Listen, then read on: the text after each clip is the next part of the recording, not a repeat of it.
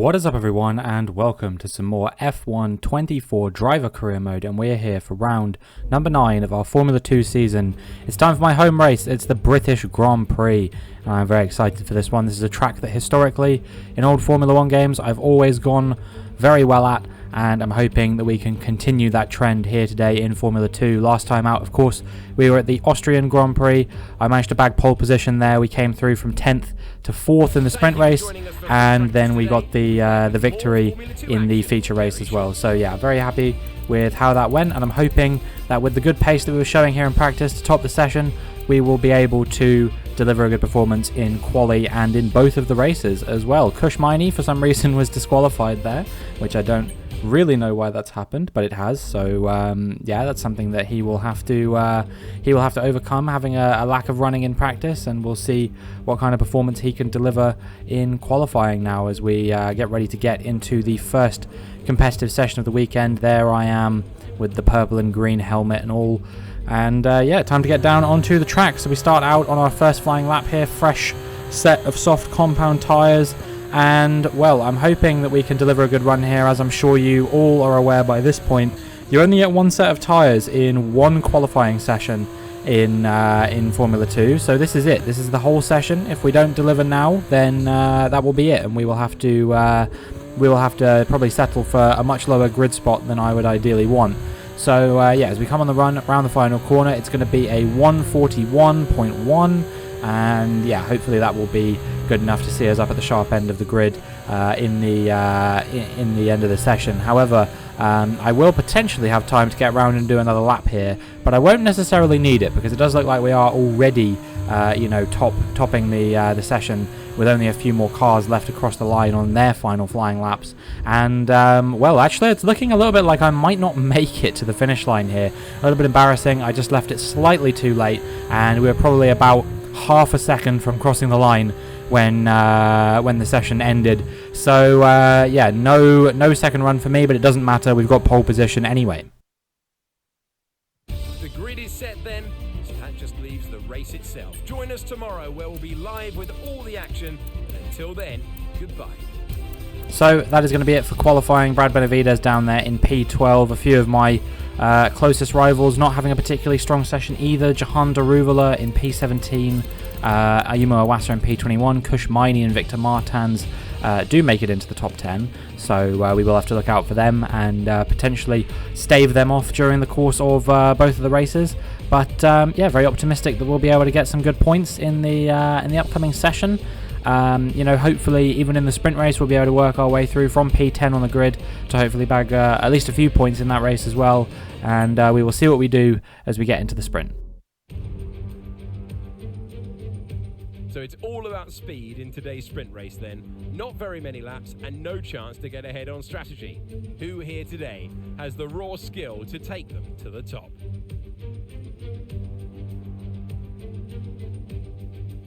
5 miles out from Tosa, this icon of British motorsport heritage comprises 18 corners over 3.6 miles of circuit.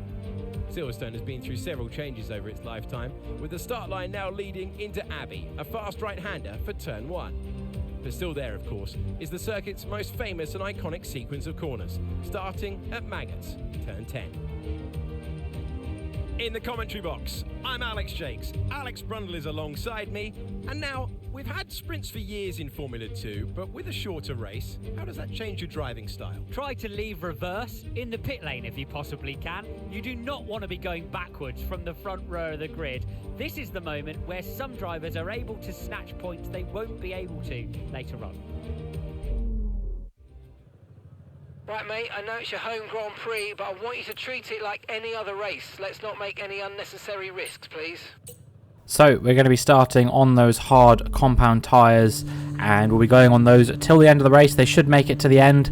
Supposedly they do 13 laps around this circuit, so they will be pretty worn out by the end, you would have to imagine, especially considering that it is an 11-lap sprint race, so I would not be surprised to see them go over the 60% mark, but they should make it to the end without any real concerns or anything like that.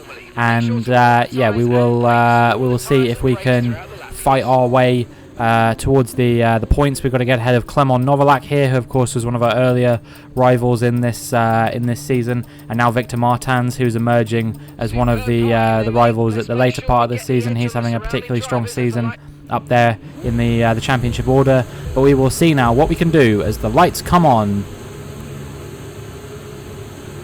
And the lights go out, and we've had a good getaway here by the looks of things. We've already got ahead of Clement Novalak up into P9. I'm going to try and move to the outside now, around the outside of both Hadjar and Martins, and maybe we're going to try and get a move done here on Enzo Fittipaldi around the outside of him, which switches to the inside as we go through Abbey. And now, am I going to try and have a look around the outside of Correa as well? That was a very ambitious move, but we are now going to dive up the inside of him, faked him out, made him think that we were going to settle into a rhythm, and we are up into P5. 5 positions gained on the opening lap here in Silverstone, and that is a ridiculously good start, all things considered. Now I'm going to see if I can chase after the top 4, maybe get myself into a podium position for this race. Obviously, the first lap is the one where it's easiest to overtake. If you're feeling a little bit braver compared to everyone else, you have a pretty good chance of contending for the victory.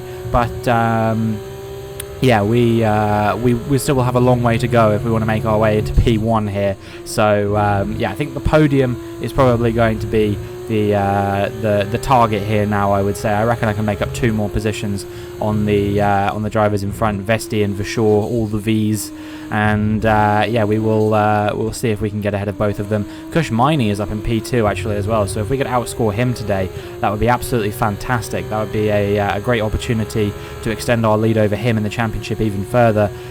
He's currently running in P2 in the championship off the back of a decent run of form, and you know, it's awesome to see him up there because I actually do really rate him in real life as well. I think he's a fantastic driver, somebody definitely to keep an eye on, and well, we'll be keeping an eye on him throughout the course of this race as well, as he chases after Jack Doohan, who's currently leading the race, somebody else who potentially might be making his way into Formula 1 by the looks of things, if the rumours are to be believed. And we make our way onto lap number 2 now, still currently running in P5, but you know, we've got plenty of time to make our way up the order. Here on lap number 3, DRS is now of course enabled, and we'll see if we can get ahead of Frederick Vesti at some point pretty soon. We are right on his gearbox, like a 10th down on him at the moment, and this is shaping up to be a great opportunity to make a move into the Vale chicane here, and we have done exactly that. Narrowly avoid going into the back of Richard Vashaw, and we are up into P4 now, 1 position away from the podium, with another 8 laps still left to go in this race. So as we set the fastest lap, we are looking very hot here in Silverstone, and well, maybe the win could be on yet if we can continue showing this kind of pace throughout the rest of the race. I do have a bit of a tendency to kind of take the best of the life out of the tyres over the course of the first few laps of the race, the first half or so, and then the next half is just, you know, settling into a rhythm, not really being able to make many more overtakes after that. And well, we've been set an objective here. We have to try and use up as much fuel as we can over the next couple of laps, because apparently we're not burning enough. You know, one weekend we're burning too much, the next weekend we're not burning enough. Just one weekend I'd like to be good on fuel, you know, in both directions. But as we make our way up the inside of Richard Vashaw there, a bit of an opportunistic move there through Luffield, and we are up now into the podium paying positions, and hopefully we will be able to keep progressing even further to get ahead of the 2 cars in front, Jack Doohan and Kush Miney, currently the top 2 in this race. And as we get our first track limits warning there, we do need to be careful. So as we make our way now towards the end of lap number 5, you can see that Miney has just worked his way past Jack Doohan. We're coming to the end of the time that we've got to complete this objective, and whilst we did get somewhat close, I was pushing very hard to try and take as much fuel out of the car as I could. We still were 0.3 kilos over, so yeah, it should be okay. There's worse problems to have than having too much fuel on board. It'd be significantly worse, and we've seen what the outcome is when I have not enough fuel on board. So yeah, we make our way now onto lap number 6. Going to go up the inside of Jack Doohan there, make a very trivial overtake through Stowe, and we are up into P2 now, so only 1 more position left to gain in this race, and we will have gone from P10 to P1 in the space of 11 laps. That would be an absolutely amazing result of my home race, arguably better than anything I could do in the feature race tomorrow, because we will be starting that race from pole position. So if we win here today, we have a very strong opportunity to get our second double of the season. We obviously did the double in Imola thanks to the strategy and the lack of proper strategy from the other drivers on the grid. But this would be, this is just pure pace. This is just, I had pure pace to beat everybody around me. This is on 100 AI difficulty, by the way, just to give you guys an idea. I am not on a low difficulty at all. I'm not making this easy for myself. This is just genuinely how fast I am compared to, realistic AI performance apparently around here. So yeah, not 100% sure if the AI has been perfectly optimized for the new Silverstone layout or something like that, but I can only control my own driving, and right now we are doing that to great effect as we make our way onto lap number 8.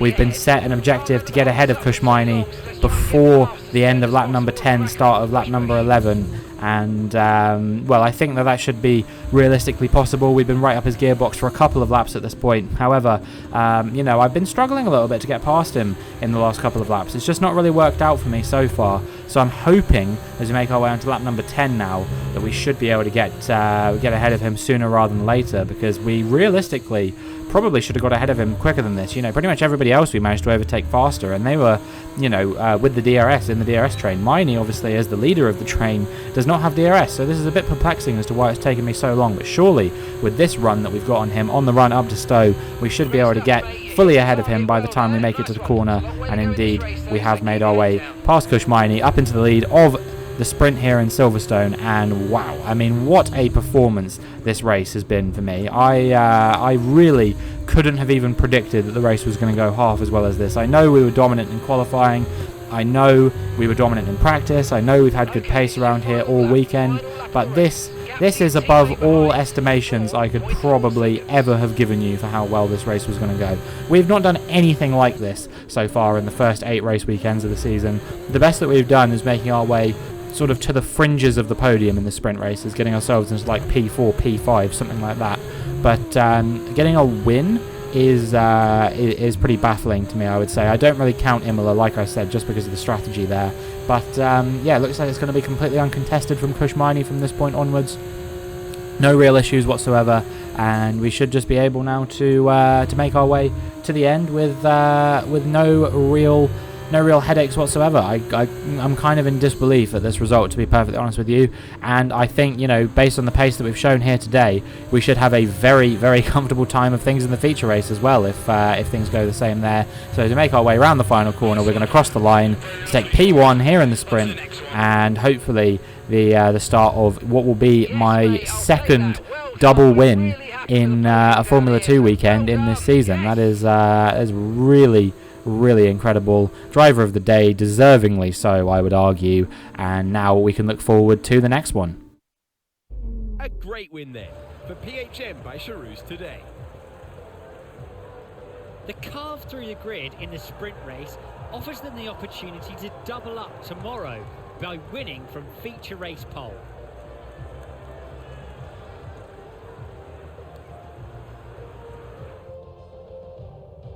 And as the adrenaline dies down after another eventful race, here come our top 3 out onto the podium. So yeah, it is indeed myself picking up the victory there, we all know. Kushmaini, though, he does manage to keep himself pretty honest in the championship fight with a P2 finish there, and then it's going to be P3 for Jack Doohan as well. A decent result from the Australian driver, not having the best of seasons compared to some of the other drivers on the grid, but that will go a long way for him, and maybe he'll be able to bag some more strong points in the feature race as well, which is the same thing that I will be hoping to do. After all this drama, you'll be mad not to join us for the next race. We hope to see you then. Take care.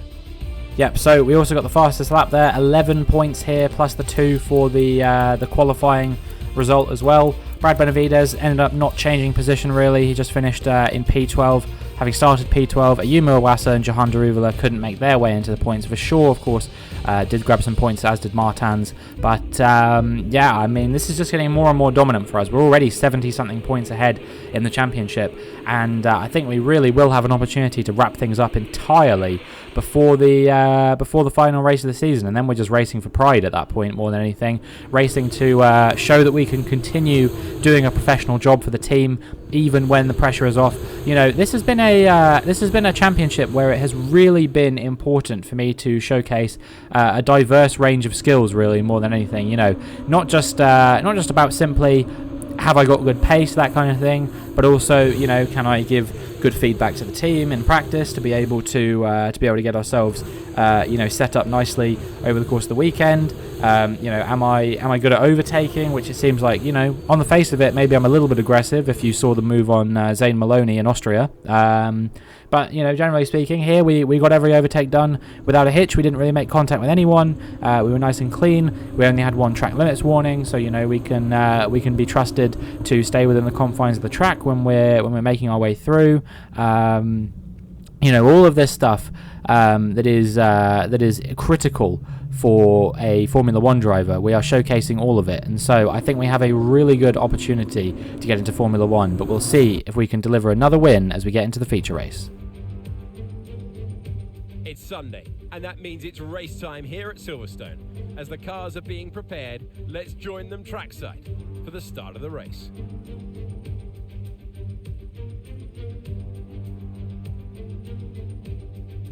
The 3.6 miles of Silverstone Circuit in Great Britain should be familiar to fans and drivers alike. Built on the side of a World War II airbase, the track features 18 corners and some good opportunities to overtake at the end of 2 DRS zones, located on the Wellington and Hangar Straights. Let's take a look at the grid positions for today's race.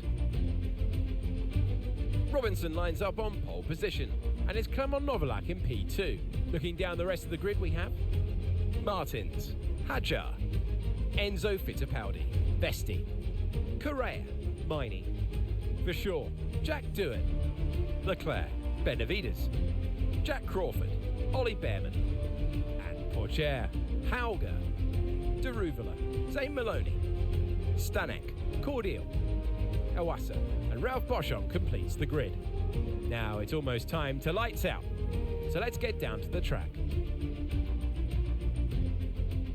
It is the Formula 2 race. It is time to introduce you to Alex Brundle. I'm Alex Jakes, and we've got changeable weather out there today. That's making for some nervous team personnel down in the paddock, down in the pit lane. There are going to be some quivering hands on the tyre guns, aren't there, when they tighten up what could easily be the wrong specification of tyre completely for the conditions. It's a gamble out there. Right then, so the strategy for this race is going to be soft hard. So we're going to be starting on the soft compound tyres, doing 6 laps on those, and then going 9 laps on the hard tyres to the end of the race. Once again, trying to go for a bit of an undercut potentially. Not that I think we'll necessarily need it, because I think we will have the pace to outperform pretty much anyone who tries to step to us today. And yeah, it will just be hopefully a nice, lovely Sunday drive. Get it done nice and quickly, get myself sorted, get all the media done, and then go and watch the Formula 1 race. You know, my home Grand Prix. I'll be very, very excited to be part of all the pomp and circumstance around Formula 1 in Silverstone. You know, it's an absolutely incredible race, incredible venue, and I hope that we will be able to deliver a strong result for all of the home fans who will be here watching today. So yeah, we're just waiting now for the lights to get ready, and yeah, now we can see what we can do as the lights come on. And the lights go out, and we've had another good getaway here by the looks of things. Clement Novalak not really with it here by the looks of things, and he might get jumped immediately by Victor Martins off the start there. Not the start that Novalak would have wanted, I'm sure, but absolutely the start that I would have wanted, because it means that we're already a second ahead of Victor Martins at this point, and if we can keep pushing hard, then we might be able to break out of that DRS range by the time that lap 3 comes around. And if that is the case, then we should walk away with this race with relative ease. However, the French driver is making his way back into my DRS range on this occasion. He has not been gapped by over a second. We'll see what kind of pace we're showing as we make our way through the next sequence of corners. It's a bit more of a technical sector 2, of course. Yes, there is that big, long, flat-out section on the run down to Copse. But other than that, you know, there are a lot of corners. You know, you've got Brooklands and Luffield and Copse and Maggots and Beckett's and all of those corners that we've got to navigate, so we'll see who has the superior pace through there. It is actually a French 2-3-4 at the moment, so if they can make their way past me, then it could be a real opportunity for some French drivers to usurp a British driver on home soil. That would be, I'm sure, a result that they would be very, very pleased with. But yeah, Martins, Novalak, Hadjar, all potentially in with a shot of getting themselves onto the podium here today. Maybe Frederick Vesti could be a rank outsider for it, starting down at P5 there, or at least P5 on lap 1. I'm not sure if that's where he started or not, but that's where he currently is. And as we make our way through Stowe now, we should be leading come the end of the lap, hopefully. But it seems like Victor Martins has done very well to stay with us, especially considering he did have that early battle with Clement Novalak as well. Made his way up into P2, and yeah, just a really solid start for Victor Martins. And we will see what kind of performance he can deliver over the course of this race, whether he can do anything to challenge me and stop me from winning my home race today. So yeah, as we make our way now onto lap number 4, things have been fairly straightforward for us so far. We haven't really had any kind of challenges from any of the cars behind. We've just been holding on nicely to the lead. However, Victor Martins now with the DRS, he is going to go for a bit of a move here, as we get a bit out of shape there on a piece of track, which I don't know if it's stitched together perfectly, but we do still just about managed to hold on around the outside of Victor Martins through Stowe, wheel to wheel the whole way, and in the end he had to back out because he had a slightly worse run through the corner, what with being on the inside line. So we've held off Victor Martins for the time being. However, you know, he is going to stay with us and potentially put a bit more pressure on us over the course of the next few DRS zones, you would have to imagine, unless he's taken too much life out of those soft compound tyres already. That would be a shame, you know. I'm hoping to get some battling and that kind of thing here. I don't want to just run away with this race completely, although you know, as I've always said, I don't deliberately change up my driving or do anything that you could sort of argue would be scripting, I suppose, in these videos. It is very much just what happens. If it's interesting, it's interesting. If it's not, then you know, Formula 1 is like that sometimes as well, where things are just you know, a little bit predictable.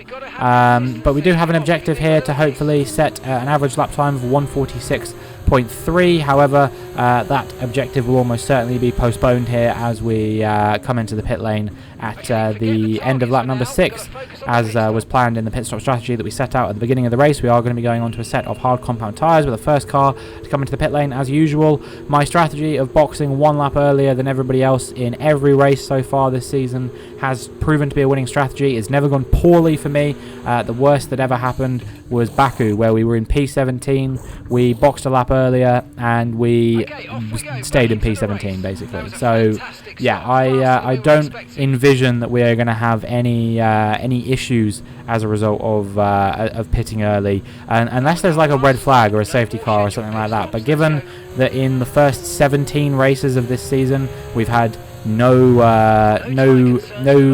safety cars, no red flags, nothing like that. I don't know why my brain suddenly forgot safety cars and red flags. But yeah, as we get a track limits warning there, coming past the pit lane here on lap number 8, the first batch of cars have come in. I'm over a second ahead of Frederick Vesti, who I believe is the highest car yet to, or that did come into the pit lane. Everybody else now that hasn't pitted is coming in, like Novalak and Martins and all of these guys. So we'll see where they all come out. I think Frederick Vesti is going to potentially come out here in P2, so he's done pretty well to get the undercut on all of the other cars who were a bit indecisive when it came to boxing. And well, you can see now as we make our way onto lap number 15, nothing, and I mean literally nothing, happened after that. Frederick Vesti couldn't close up into my DRS range. Clement Novalak made his way onto the podium. Victor Martins got kind of screwed over with the pit stop phase. Kush Miney managed to make his way up to P4, but on my side of things, we didn't even have any more objectives or anything like that. They just flat out didn't set me any more objectives for some reason. I guess they really had nothing. No avoiding front wing damage, no protecting the tyres, no burning less fuel, no making up overtakes or setting an average lap time or setting a minimum lap time or anything like that. It was literally just push to the end of the race. So yeah, we did that, and we're going to cross the line to take our second win of the weekend. Very, very happy with that. Couldn't be happier with the outcome. We've had 2 wins this weekend in front of our home fans. We got the pole position as well, and we basically have a maximum weekend. We only missed out on 1 point due to the fastest lap. You can't help but be incredibly happy with that result. Here's our winner, pulling their PHM Bacheloros into Parc Fermé then. What a fantastic race.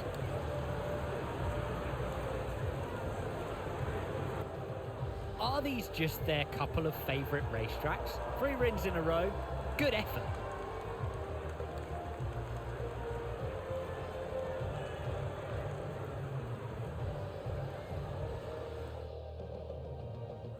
This is it. This is where they all want to be. Here come the top three then, out onto the podium after a fascinating race.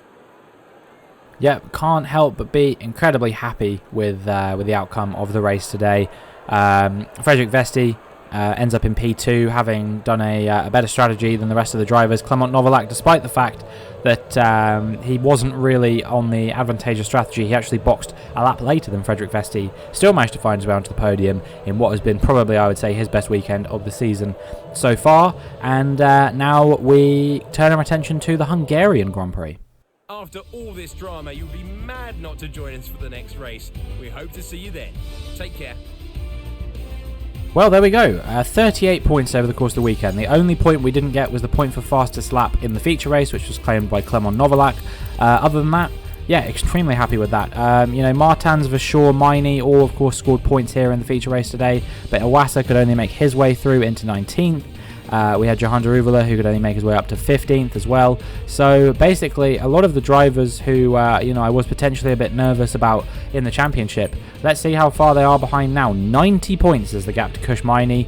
Martans is now in third on 111. Then you've got Vershaw on 108 and Iwasa on 101. Daruvula all the way down there on 80 points. He's actually fallen behind the likes of Vesti and Doohan now as well. So, yeah, we don't have to worry about him. I think it's going to be myself and Miney, probably the two protagonists here. But, Miney, again, you'd have to argue, is probably a bit of an outsider here.